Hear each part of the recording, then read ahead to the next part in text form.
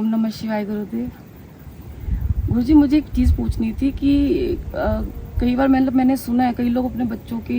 दांत संभाल के रखते हैं। जब वो दूध के दांत होते हैं ना, टूटते हैं, जो पहले हम लोग तो छत पे रखाते थे या गमले में उसको गाड़ देते थे, पर कई लोग संभाल के भी रखते हैं। तो वो मतलब उसकी कोई वजह होती है क्या संभालने की?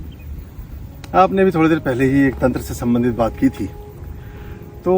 ये उपाय, क्योंकि जो दांत हैं और जो बाल हैं, आपने प्राय देखा होगा, सुना होगा और घरों में किया होगा, जो नवजात शिशु होते हैं उनके बालों का जब मुंडन संस्कार होता है, हमारे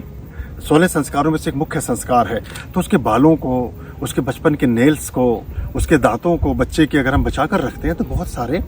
ऐसी चीज़ों में वो काम आता है जो असाधारण कार्य हैं, जो असाध्य कार्य हैं, जो कार्य होने की संभावना नहीं होती। प्राय अगर उदाहरण के तौर पर मैं कहूँ तो अगर आपके पास नवजात शिशु का यानी पहले दूध के दांत का एक दांत अगर आपके पास रखा है,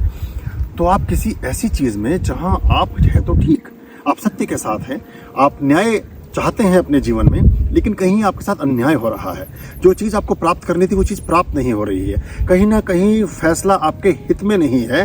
तो वहाँ वो अगर जेब में रख कर के आप उस कोर्ट में, कचहरी में या उस थाने में या ऐसे स्थान पर जाते हैं, तो आपके जान को बहुत बड़ा आश्चर्य होगा कि वो निर्णय आपके पक्ष में होने लगता है या वो चीज़ आपके फेवर में होने लगती है, जब आप उसको चार्ज करके बात करके कि आज मेरे इस घड़ी में हूँ, इस संकट में हूँ, हे परमात्मा, आपके द्वारा प्रदत्त यही एक चीज़ थी जो स्वाभाविक रूप से जीवन में मिली और अपने इस बच्चे की चीज़ को मैं अपने साथ इस निमित्त ले जा रहा हूँ, इस उद्देश्य से ले जा रहा हूँ, तो ईश्वर ने चाहा तो आपका कार्य जरूर बनेगा, जरूर सधेगा। अभी देखिए, मेडिकल साइंस ने भी उसी चीज़ को आकर के वापस पुनरुक्त किया है। अभी जो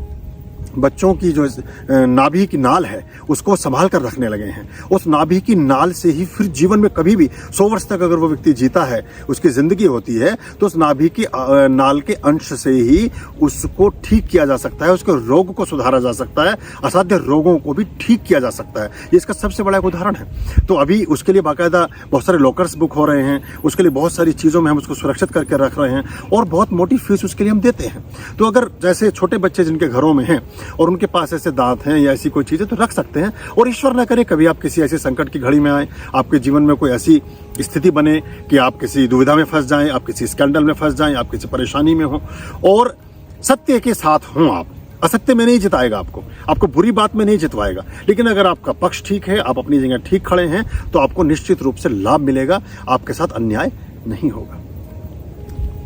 अच्छा, लेकिन जैसे अभी आपने से बताया, थोड़े से लोगों को शायद डाउट हो जाएंगे कि अगर बच्चे का दांत है तो वो माता पिता के ही ऐसे कोई केस में काम आएगा या वो आगे जाके बच्चे के ज़्यादा काम आएगा?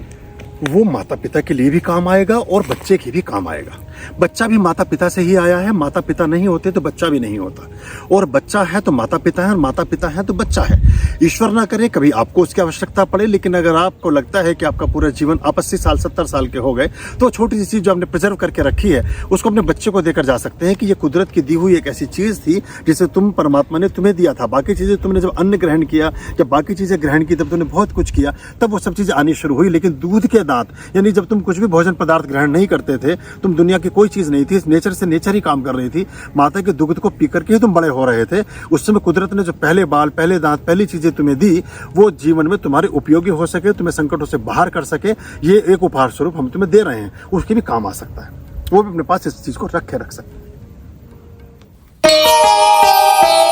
आर्यं शरणं शुभमस्तु, संभव करणं अरमस्तु।